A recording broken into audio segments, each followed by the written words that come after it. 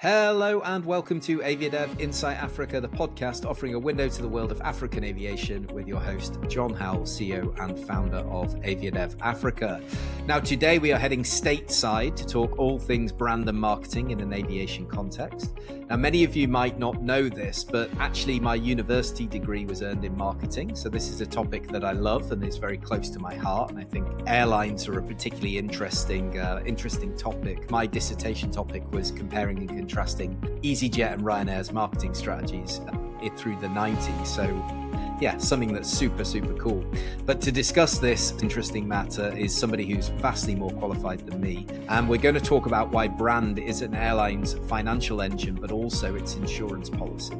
And to do that, I am joined by Rahsaan Johnson. Rahsaan is a 25-year veteran of the US aviation industry. He's a specialist in aligning communications and brand reputation with also the commercial growth of those airlines in question. Now, most recently, Rahsaan served as the Managing Director of Global Communications at Delta Airlines, following 13 years at United Airlines as well. So, he's got a huge amount of expertise to fall back on, a deep historical perspective, and also has worked within PR and government relations as well. Now, since August, he's been on a new adventure, being a full-time student, now an alumnus of Harvard Business School, and is soon to finish his Executive Master's degree in Global Affairs at the Thunderbird School of Global Management. So, Rahsaan, amazing CV. Welcome to the podcast. Thank you, John. Good to talk to you. I'm like, how do I live up to everything you just said? I'll try my best. Well, let's put it to the test. Now, I think where we need to start, and as I say, I'm really excited. We've had a couple of conversations before we did this, but where we need to start, we're talking about brand today. Brand is often misunderstood by a lot of people in all walks of life, no matter what it is that you're buying or working in. So what do we mean when we say brand in an aviation and an airline context? Yeah, so I'm going to do something that is probably going to make a lot of marketing professors roll their eyes. And that is just to provide a really basic kind of summary of what brand is. And it's going to be so basic that it's to some extent maybe imprecise to the real masters at the top universities. But brand ultimately is about the set of adjectives and the set of feelings that consumers ascribe to a company or to an individual or to whatever it is. So, you think about brand, what do people think when they hear your name? What do people believe about you before they actually learn about you? What do people know about you? What emotion do they feel when they see in an airport your logo on a tail, the livery on the airplane? Do they say professional? When they see an ad in a newspaper or on a billboard, do they look at you and say low cost or cheap or value or great? Those are ultimately the key elements of brand. And again, I'm very much simplifying, but every airline, every company in general, every actor, every singer, right? Everyone ought to be thinking about what their brand means, but it's ultimately about what is the emotion that you are evoking when people hear about you, and how do you get them to come closer to you, to want to do business with you, to want to engage with you. That ultimately is the essence of brand. Yeah, and I think, you've got two elements that feed that. One is reputation, where you haven't had that experience, but of course you see the brand, you think, aspire to, I've never owned a Ferrari, but you've got an idea of that brand, right? And you might say, I've got a warmth and an affinity to something, but I've never had the experience. And the other one is that you form brand perception through actual lived experience, right? And actually, I flew with them once, I bought a pair of their trainers, whatever it may be. And this is how I felt. I was surprised. I was upset about it. I was really, happy about my purchase, whatever it may be. So where it comes from is different, but ultimately it's some form of reputation, I guess, on an individual basis, and the same for an airline. So let's kind of develop that a little bit. What is required to make a strong airline brand? If you were setting out today and say, these are the ingredients, the magic ingredients to have a strong airline brand, what would it be? Yeah, so the baseline of any good brand actually doesn't sit in marketing when you're talking about an airline.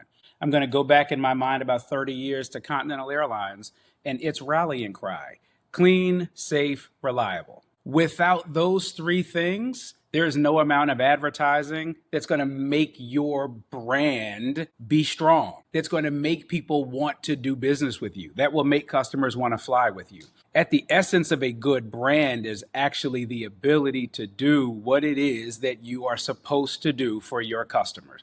And again, in the airline context, you can move some of those words around if you want. You can say safe, clean, reliable, or clean, safe, reliable. But at the end of the day, people don't want to get on your airplane if they don't perceive it to be safe. If they don't perceive that a plane is going to land safely every time it takes off, it doesn't matter what your ad campaign looks like. If people get on your airplane or they think about getting on your airplane and they're not sure that the seats are going to be clean and that the overhead bins won't be in good working order, or that there won't be soda or coffee spilled on the floor and stains, if they don't expect that's going to be the experience in the airport, right? If they don't perceive cleanliness with your brand, there's no amount of social media posting that's going to make you be a successful airline and a successful brand. And then reliable. People like me sometimes fly for the sake of flying, but most people fly because they have to get someplace. And if the schedule says they're leaving at 8 and arriving at noon, you got to leave at 8 and arrive at noon. And if you're leaving at 9 or 10 or 11 o'clock routinely, people are going to know. People are going to talk about it. Technology makes it very easy for people to share their experience. And it's going to be very difficult for you to build a good brand if people don't perceive you as reliable. So at the end of the day, the baseline of any brand is clean, safe, reliable. Yeah, and I think, you would almost call those hygiene factors. It's the base level. If you it doesn't matter how much of a magician you are at marketing, and actually you can be detrimental, because if your marketing is so great, but then the product completely lets you down those base level things, you're already suffering. So we'll come back to that a little bit, because we're obviously going to get into the African context. But before we do that, we talked about this as being the airline's financial engine, and really, number one, being very good at propelling it, but also it's the insurance policy when things don't go so well as well. So talk to us about what are the benefits, because the benefits of a strong brand aren't just to look good and feel good, right? There is actual bottom line benefits. And this is what this whole topic today is about, is why do you build an airline brand and what are the benefits? No, that's exactly right. If we think about an airplane, what is it? It's an aluminum tube with a lot of seats in it. Some of the seats are going to be bought by business travelers who are very schedule sensitive and not so price sensitive. They're willing to pay a little more because they have to, again, get somewhere by noon. They can't leave before 8. They need to get there. They need to know that the airline is going to get them to where they need to be for that business deal that's on the other end of that trip. In that same tube, you've got people who are price sensitive. They're willing to leave on Monday, or they're willing to leave on Wednesday, or they're willing to leave next Monday to save money. They're all in the same tube. What the most profitable airlines, I would say, in the history of aviation have figured out is how to serve all of those customers well, how to give them all a clean, safe, and reliable experience, but also to get a disproportionate share of the people in that tube to be the schedule sensitive, price insensitive people. You can fill 150 seats with people who are paying you $100, or you can replace some of those passengers with people who are willing to pay you $400 or $500 for that trip. And it is ultimately the strong brand that gets the traveler who is price insensitive to choose your airline versus another one, to choose your airline's schedule, your flights versus an alternative. So brand ultimately ends up being the most important lever, I would argue, as a communications person and a marketer. It's the most important lever to impact people's willingness to pay. And at the end of the day, if I feel like airline X is cheaper, it's less expensive, but likely to be 4 hours late, I'm willing to pay airline Y if I know them to be slightly more expensive, but much more reliable. So brand ultimately is I think it's the most important lever that a company has to bring in the most lucrative customers and to get them on the airplane. And the most successful airlines around the world have been the ones that serve those price. I'm gonna say inelastic and probably get it wrong. That's the question I always got wrong on the test, right? Inelastic's right. Yeah. The ones that aren't bothered about the money, Yes, the right? ones that are not bothered by price. The price inelastic customers, you get an outsized share of them while also serving everybody on the airplane well. Those are the airlines that have historically performed the best financially around the world, period, full stop. So let's then take this to an African context in Yeah. this regard, because you're living and you have worked in a very competitive market where there are multiple carriers, because of course it's a liberalized environment, deregulated, the US market. So you've got lots of different carriers offering different products on the same routes. You've got multiple flights a day between points. Mhm. Often people are like, hey, I don't want to fly through a hub. I expect to be there direct. Obviously, the story generally in Africa, which is what's so exciting, is it's not the same. And there's a lot of routes out there where there is no competition. So, of course, some of our listeners work in airlines and are obviously flying on airlines where it's their only option. Mm-hmm. So how do you convince them that, okay, you have no competition right now, but you should still be building a brand, right? Because some of those things you say, I still think they're important, but they become less important when you don't have choice. So, let's talk about this from an African context. Yeah. So I'll give two answers and I might throw in a bonus one if it occurs to me as I'm going along. But one is people always have the choice. People always have a choice. Even if there is one airline player between point A and B, people always have a choice. It's to fly that airline or to not travel at all. So ultimately, an airline is in the business of stimulating a market, and you can either do it by reducing your fares, which is not typically the most long-term sustainable way to do it, or to entice people to fly. And enticing people to fly is not just a function of the attractiveness of the destination, or it's not just a function of the fact that I may have family and friends there that I want to visit. Sometimes it's the airline's marketing. The airline is a partner in helping me understand that this is a trip that I want to take, right? So people always have the choice to not go. And unless the airline is filling 100% of its seats every day, the airline has the ability to accommodate one more person.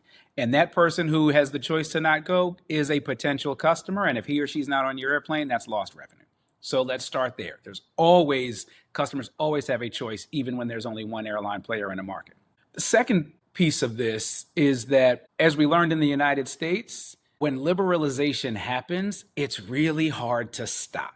And the airline that is the only player between point A and B today, if you are in a liberalizing market, you won't be the only player. And if you're not treating your customers well today, human nature is they're going to remember that forever. People do not forget. Africa, Europe, United States, South America, people don't forget when they did not feel good. And so if you are managing a business in such a way that you're not actually designing your products and services to make consumers feel good about buying your product, they will look for another opportunity the moment they get the chance. And the US airline business, not just US, I mean, around the world, the airline business is littered with companies that were great and then were not. And we remember names like, in the United States, we remember names like Eastern Airlines, first airline I ever flew. It at one point was the second largest airline in the United States by passengers carried. And labor and management couldn't get along. The customer suffered. We had a economic downturn in 1991. Eastern Airlines, after 60 years, ceased to exist. You look at Brazil, Oregon VOSP. You look at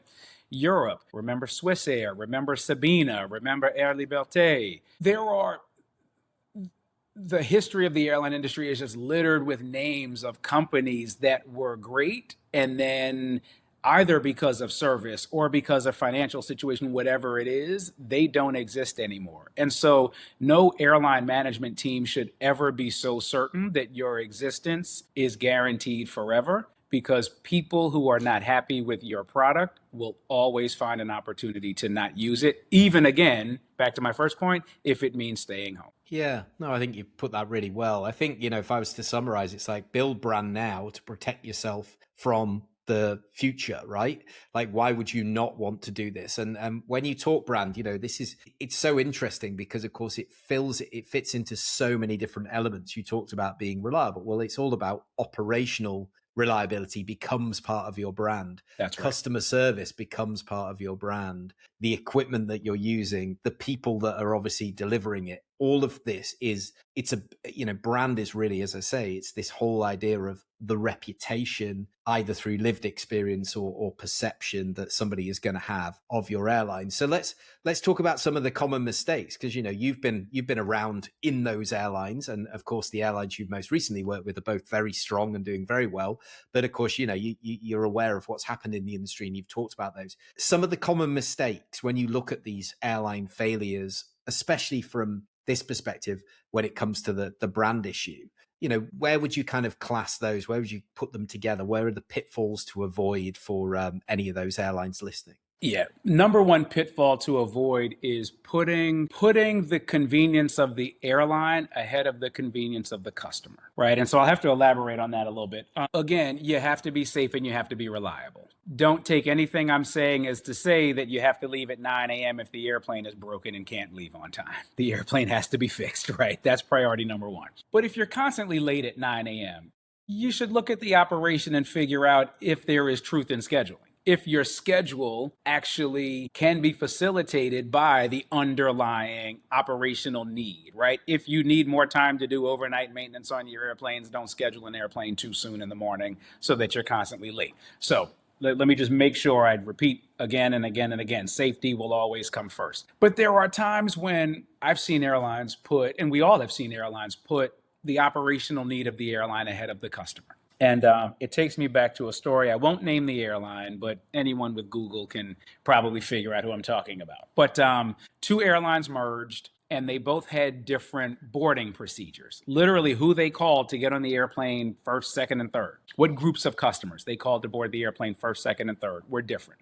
And the airline decided, we're going to put these two airlines together. We need to come up with one boarding process. Makes sense, right? So the airline created 5 boarding zones. And sort of imagine your first class passengers and your top elite level frequent flyers were in the first zone. And then the last zone was people sitting in aisle seats. And I won't bore you with all the details, but there were 5 zones. And your non-elite frequent flyers sitting in aisle seats were in your last zone.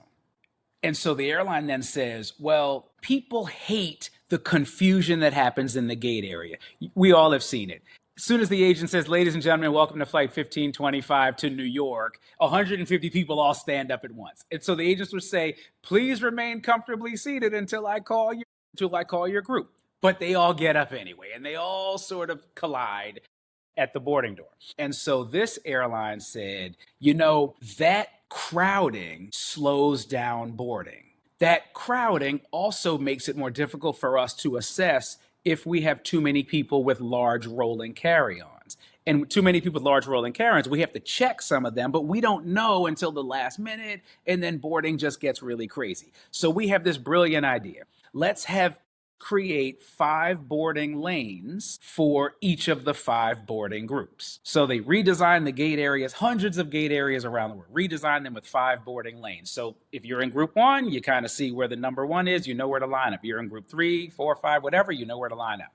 Where is this long story going? I promise it's a good story. Here's where it's going, John. If I'm in group 5, I'm the last to board.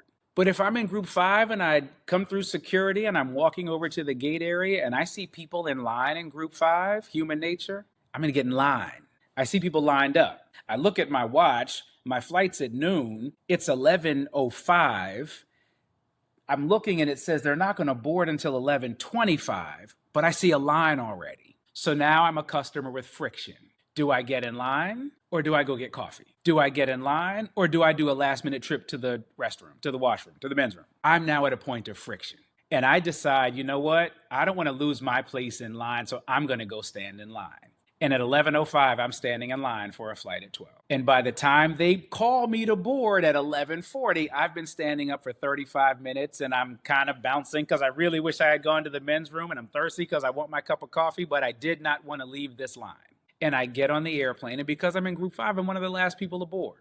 So I'm getting on the airplane. The overhead bins are full. I'm not exactly sure where to put my bag. And then actually, I'm not in an aisle seat. I'm in a middle seat, but okay, that's fine. Let me get in the middle seat. And I sit down and I realize I still have to go to the lab. And we're 5 minutes before the departure and they want everybody sitting down and there's still people in the gate and I can't go to the lab. And suddenly, before the airplane door has closed, I have had an hour of friction with this airline. And when 150 people have had friction with the airline and there are 3 flight attendants on the airplane, it's not really a great experience for anyone. And so with that long story, thank you for bearing with it. You might edit it out later on, but the moral of the story is you have to design a product around what your customers need and want. That boarding experience was designed to be efficient for the airline in boarding airplanes. And what was lost was the fact that you're going to have dozens of people before they ever step on the airplane having a moment of friction, having a moment of stress. And the stress is not resolved when they get on the airplane because there's more stress in the boarding, there's stress in finding their seat, they find their seat. And the worst thing in the world is they're sitting there and they can't wait to get in the air so they can run into the washroom because they've been waiting for the last hour and the captain says there's a thunderstorm and we're out on an active taxiway. We're going to sit here for 30 minutes. So number 1 piece of advice, clean, safe, reliable. Number 2 piece of advice, make sure all of your decisions that impact the customer actually create value for the customer and remove stress for the customer because you will be remembered. They may not remember I really wanted a cup of coffee and couldn't board, but they do remember it was an awful experience before the door even closed. And for the record, that airline has they changed that boarding process. It's a lot smoother now, but give them a lot of credit for it. I just think it's such a fascinating example. I think, ultimately it's simply about, like you say, flipping the script and saying, let's focus on the customer rather than what works for us as the airline. And every time, when you told that story and told it so well, in my head, I'm thinking when I was, an early traveler, when you haven't done this a lot, that's absolutely the case. These people that get up, I think a lot of our listeners are frequent flyers, but they get up and they're standing there at the gate. It's all because they're anxious, because they don't want to miss the flight. They've spent lots of money. They're on their way to something super important, a family meeting, whatever it may be, and they're not used to it. So we can all sit there going, what are they doing? It's human nature. And they follow the crowd, they get in the queue. And there's this whole thing of what if I go to the bathroom and the plane leaves without me? It's like, it's never going to happen. It's irrational. But then by the airline understanding that there are people who are thinking irrationally, because I don't care what people say, it's never a pleasant experience. You have to go through security and deal with all those things. And the other thing that's missing, which the airport will hate, is those people are not spending money. They're spending time stood in a queue and they could be buying a cup of coffee, buying some duty free, whatever it is. And everybody's having a bad experience. And the airport is saying, hey, we don't want this either. We want people spending as least time at the gate as they can. Yes. And we understand your operational issues, but we're going to try and find a way to do something else with the roller bags and all that stuff. We'll deal with that as and when we have to deal with it. And the experience is more important. I want to throw one thing at you because that story, I want to talk for a moment about United Airlines because I flew United from Denver to Chicago. I bought a first class ticket with a really good price about a month ago. And to your point about the airports don't want you in line and airlines don't want you in line, United Airlines has done this fantastic job now with its app of telling you when you come into the airport, your gate is a 7-minute walk from where you are, or we're going to begin boarding in 15 minutes, stay seated, or you don't have to, I'm going to get the words imprecise, right? But you don't have to come to the gate right now. They have done a fantastic job of getting their mobile devices to give people super relevant information that reduces the stress that everybody feels at some point. When you, to your point, if you can't see the plane, you're worried that you're missing it. And they have done this really great job of saying the plane is at the gate, but chill, go get coffee, go do whatever you want. We're good with it. And I think another thing I'll say specifically about United in the context of brand, United, I think it's the first time I've ever noticed this. It's 2025 earnings news release. It made reference to being a brand loyal airline, where United Airlines in the United States has said, we we understand clearly that when you have products and services that people want, you will be a much more financially successful company. And I don't recall, I'm not going to say it was the first time it was ever done, but I don't recall ever seeing an airline say that just literally at the top of their news release, talk about being a brand loyal airline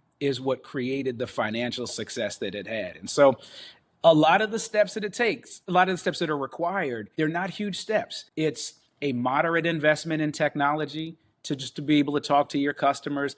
And it's the thinking ahead of time about what is the customer going to see, think, and feel in every interaction with this company. And start from the perspective of what the customer sees, thinks, and feels. So that is, because we were going to ask, what is the starting point? The starting point is to understand the customer and to not do it and think, I don't need to worry about this stuff because I'm the only option. But as I say, it's twofold. It's insulation, but it's also what we know in an African context is the passengers that fly, the vast majority are multiple flyers in a year, right? You can't afford to lose these people because they're not being replaced. If you lose them, in a US context, yes, that's going to have a trickle down effect, as you said, with technology and people sharing their experience. That will have an impact, but there's a lot of opportunity to grab new market share, not something you want. In Africa, it can be very different that people, they're very brand loyal, whether it's termed brand loyal or not. You have repeat travelers and they are picking. And there are certain markets, South Africa, for example, Nigeria, where you do have choice on the same route. You can choose which airline within reason, or you choose by schedule, you choose by price, whatever it may be. But ultimately, whether you're an airline with competition or not, your advice is to get started by understanding and putting yourself in the position of the customer. That's right. People will always tell you what they want, what they like, and what they don't like. If you ask, they may do it directly, but you can also see it through indirect behaviors as well. So back to that experience of flying from Denver to Chicago, I hope I'm not exaggerating because this is what I remember of the experience. The plane landed, and before it fully decelerated, I got a notification on the app. Tell us what you think. Tell us about your experience. Now, somebody at United might be like, dude, it was actually 10 minutes after you got off the airplane. But my brand perception of United Airlines is, wow, they really want my opinion. The plane didn't even stop and they wanted my opinion. Now, what's funny is, aside, we had snow in Chicago that day. And so it actually took almost 45 minutes to get off the airplane. So if I had done the survey while we were still taxiing, I would have had a different experience than waiting 45 minutes to get off. But that was weather. But with that said, travelers will tell you what they think and they'll tell you what they value. Now, I've seen airlines do a beautiful job of post-flight surveys. Send an email, send a notification through the app, ask one question. Would you recommend this airline to your friends and family? Scale of 0 to 10 or 1 to 10. And then give them the choice, NPS, and then give them the choice to answer more questions or not. If you tie the response to their loyalty number or to the seat they were sitting in, you'll know, are my business class passengers happy or are my economy class passengers happy? What was the disconnect? What happened on that flight? Are customers on a late flight more unhappy? Or they probably are. But did we do something to make up for the delay, right? You get a lot of information by talking to customers, just literally talking to the people who are getting on your airplane. But then there's another thing that this is where it gets a little more, it's talking to consumers before they become your customers, right? It's sort of understanding the motivation of people who are travelers, but not your customers, or who are willing to travel, but not yet traveling with you. And so I think about, how do you get into their lifestyle? How do you become the type of airline that is as easy to do business with as everyone else they do business with? We are now at a phase where I can use this device and file my taxes with the US government. I can use this device and transfer $2 to a friend or $2,000 or $20,000 in a matter of seconds. But you're telling me that I can't find the fare from point A to point B without getting on the phone and holding, right? If that's the experience consumers are having with you, then your brand is going to be one of, this airline is not modern. And if it's not modern, it's not safe. And if it's not trustworthy, right? So I also would counsel any airline listening is figure out how to be relevant to consumers in all the ways they look for relevance. People around the world have learned that they can have interactions much more quickly, interactions with people, interactions with companies much more quickly than they ever did. And so investing in the digital tools and investing in the AI tools to understand how people move and how they do business, it's critical.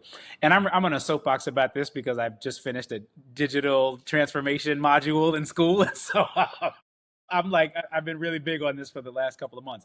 But the last thing I'd say is about sort of reaching consumers and understanding them and turning consumers into customers. People, particularly young people nowadays, and I understand this to be true just from study and research around the world. Emerging consumers, those who are, we'll call it age 20 to 35 or 20 to 40, they want to do business with companies that share their values. So again, I don't know that we can prove that if your fare is $400 and someone else's is $200, that they're necessarily going to pay an extra $200 to fly with you. But if they see you making investments in the community or sponsoring the football team that they like or doing the thing that makes you feel relevant to them, they may check with you first. They're not going to book a ticket with airline A until they see what airline B is offering. And so that's a really important thing. That's a really important thing that every airline ought to be doing is thinking about what makes us relevant to consumers when they are our customers and before they become our customers. So yeah, quick summary, talk to the people who are flying with you. They're going to tell you what they think. Find out what they value and what they're willing to pay for and offer it. 2, figure out how to structure your business in such a way to be as easy to do business with as consumers now expect. If I can send money to family on M-Pesa, I should be able to buy a plane ticket with M-Pesa. Simple as that. And then 3, figure out how to become emotionally resonant, emotionally connected to people. You will find that those are great ways of pulling consumers in and differentiating one brand from another. So I've got one more question based on what you've said, right, which is all about positioning. So you talked a lot there about positioning, but the issue I think a lot of airlines have is we want to be for everyone. So we end up sometimes with very kind of not bland, but, hey, everybody can fly and fly around the world, connecting the world, these kind of brand positionings. And sometimes this, obviously, you need to decide who you're for and who you're not. But by defining who you are for, if you make that too narrow, you are saying we're not for you. And this was the whole thing about low-cost travel. And initially people are like, oh, low-cost travel is people who can't afford it. And actually, if you look at what the breakdown is of people who fly Southwest or Ryanair or EasyJet, there's loads of business travelers. There's no stigma anymore as to you're a Southwest, you flew on Southwest to get here, and you don't have to lie and pretend that you flew on Delta or United or whatever it may be. And maybe that is true. Maybe that isn't true. You can correct me. But like the positioning must be so difficult because you say, I don't want to dilute my universe. I want everybody to think about my airline. But if I don't have something that I stand for, like if you're a supporter of one football team in the US and you decide to sponsor that football team and they're the absolute arch enemies of the other city that you serve, are you going to gain customers here and lose customers because of that affiliation? That's happened in Manchester, right? I'm a Manchester United fan. Etihad and the Abu Dhabi government own Manchester City. Yeah, okay, I'm maybe not the biggest fan of that Etihad. I'm not going to not fly them, right? But you sometimes the reward is also offset by a bit of a risk. How do you walk that tightrope? Just a random question, but I just think I love it. I love it, and your example is good. I'm glad you asked the question because then it forces me to elaborate. Because you're right. I don't know if a Tottenham Hotspur fan is going to necessarily get on an airplane that has Arsenal branding on it, right? So, but here's how I think about sort of partnership marketing and marketing sponsorships. I'll start there, and then I'm going to kind of broaden my answer a bit. When I was leading sponsorships at United Airlines, I started that role in 2016. We had a problem where we had great partnerships in all of the cities where we were a major player, but we did not have great brand reputation for a number of reasons that I won't bore you with. The airline has come a long way since then, a very long way. One of the most respected brands in the country. But then one One of the things that I asked the team to do when I was leading sponsorships is, let's change how we bring this sponsorship to life. Let's change how we activate this partnership such that instead of simply rewarding John Howell for being a good customer, let's think about how we invest in the community where John Howell lives. And so, for example, in San Francisco with the Golden State Warriors basketball team, I'm going to try to use names that everybody around the world would know of, right? But we sponsored the Golden State Warriors basketball team. We did awesome stuff in Chase Center where the team plays. But we also then invested with the Warriors in rehabbing a basketball court in the inner city in a low-income neighborhood for families. You might absolutely hate the Warriors because you're a Lakers fan, but you're not going to hate the fact that this team and this airline came together to make a community better. Right? We did a similar thing with the Chicago Bulls. We did a similar thing with the New Jersey Devils. So I say that when it comes to partnerships, yes, sports teams can be very polarizing. But to the extent that an airline or a company is partnering with an organization that has the potential to be polarizing, think about how you're bringing it to life and neutralize the polarization by just sort of making the world a better place, just one small area at a time. With that said, back to the concept of serving lots of different people. So, we were talking about a little while ago, an airplane being a long metal tube with lots of different profiles of customers. One place where U.S. airlines have finally cracked the profitability nut, it's in figuring out how to serve all the different customer types on the same airplane with differentiated products, right? It was a really painful process to go through for customers who were accustomed to often paying very little but getting a lot. It was a painful process for employees, for frontline flight attendants and gate agents who were being yelled at by somebody saying, "What do you mean I can't take my carry-on bag on the airplane just because I didn't pay enough? Is this Ryanair? What are you talking about?" Right? But as time has gone on and as the industry in the United States has evolved, what airlines have found is you can be profitable by serving the customer who wants to pay the dirt cheap fare with transportation that is, again, clean, safe, and reliable, with a flight attendant who's going to give you a smile and a free Diet Coke or a cup of coffee or a bottle of water or whatever it is. And I'm showing my very old US Air coffee mug here. That mug is probably 30 years old. But then on that same airplane, you can give that customer who paid very little, you give him or her the opportunity to pay a little more for extra legroom. Or you give him or her the opportunity to pay a little more for premium economy. You give him or her or them the opportunity to board early and get overhead bin space. So I say all that to say that, yes, it is really difficult to put lots of different profiles of people in the same tube, but at the end of the day, it is possible to offer different levels of product and service based on what people are willing to pay for and what they value, and to do it in a way that is profitable. It does require some level of segmentation. Human beings tend not to be fans of segmentation. I saw some research about first-class customers want to be the first to board the airplane. They like to be treated well, but they also don't love to see that there's somebody in group 7 over there also, right? There's sort of, but human beings, we still have that nature of, I want to be treated well, but I hate to see other people getting less than me. But there is a way to segment customers. And as long as, again, everyone gets that same clean, safe, reliable, friendly transportation and people get what they are expecting, you can actually serve lots of different customer bases at once. So again, long answer, long story, but hopefully that made some sense there. No, look, at the end of the day, it's complicated. And there are airlines who've tried this in Africa with ancillary sales, and we're just going to sell you the base fare, and are starting to be successful with that, or have been successful with that in particular markets, and others that have failed that came too soon with a product like that. And obviously there's an expectation. Some people say, look, I'm doing a flight, might only be half an hour. I expect a big comfy seat and a hot meal, right? And that's the expectation. So it's setting the expectations, but it's also culture and what's expected. That changes over time. I've always thought, do you know what? I'm going to do an overnight flight, and I'm doing it, I'm a business class or whatever, because I want to sleep, because I got a meeting at the other end. But I'm reluctant. You're sort of thinking, but they're going to serve a 3-course meal at midnight, and I'm going to miss it now. And I paid for that. Why have I paid for it? I don't want to pay for it. I just want a bed for the night. Yes. But I'm now paying twice as much because they're giving all this service that no one else in that cabin is going to accept either. There's very few people who are sitting there at 2:00 in the morning, in a business class cabin that are saying, oh, brilliant. Yeah, bring it on. Because that's not when we normally eat. And it's also not serving the purpose. So all of this comes back to this amazing conversation around how do you create a product that serves the customers, and how do you create something that stands for something but also is welcoming to everyone, which was my big question, which is almost the impossible task. It's very hard, I think, when you come with these brandings with these global airlines to make something too niche. It needs to be quite loose in its branding and its terminology.